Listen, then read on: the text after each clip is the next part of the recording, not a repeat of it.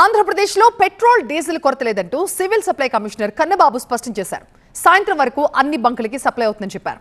అయితే కలెక్టర్లు క్షేత్రస్థాయిలో పరిశీలిస్తున్నారని, ప్రజలు పానిక్ అవ్వాల్సిన అవసరం లేదన్నారు కన్నబాబు. క్రెడిట్ కి సప్లైకి సంబంధం లేదన్న సివిల్ సప్లై కమిషనర్ క్రెడిట్ పై కంపెనీ ప్రతినిధులతో మాట్లాడుతున్నామని చెప్పారు. అయితే ఆయిల్ కంపెనీల ప్రతినిధులతో సమీక్ష నిర్వహించామని చెప్పారు. మరింత సమాచారం మా కరెస్పాండెంట్ శ్రీధర్ అందిస్తారు.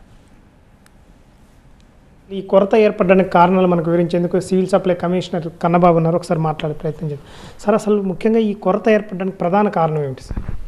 సో బేసికల్గా ఇది కొరత అంటే కనుక కొరత నేను అనలేను. కారణం ఏంటంటే సఫిషియంట్ స్టాక్ సప్లై డీజిల్ది ఉంది ఓఎంసీస్ పొజిషన్లో.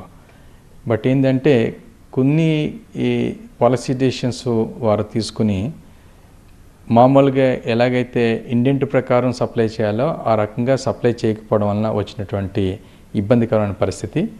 బట్ అందరికీ తెలియపరిచేది ఏంటంటే కనుక డీజిల్ కానీ పెట్రోల్ కానీ స్టాక్స్ అయితే మటుకు ఎడిక్వేట్గా ఉన్నాయి డిపోస్లో. ఈరోజు ఉదయం తెల్లవారుజాము నుంచి కూడా సరఫరా బాగా చేయడం ఓఎంసీస్ మొదలు పెట్టడం జరిగింది. ఆల్మోస్ట్ మాకు డ్రై అవుట్స్ అరౌండ్ 600 పైచిలుకుంటే మార్నింగ్ ఈ పాటికి అంటే around 10 o'clock more than 517 loads dispatch అవ్వడం జరిగింది.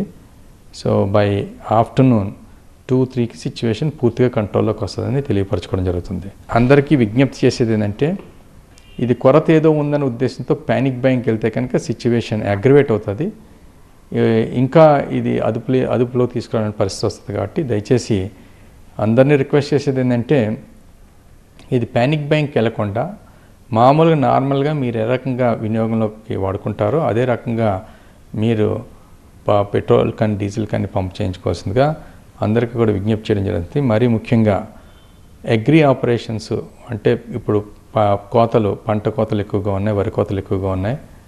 అట్లాగే ఆక్వాకల్చర్ ఇది కూడా ఉంది.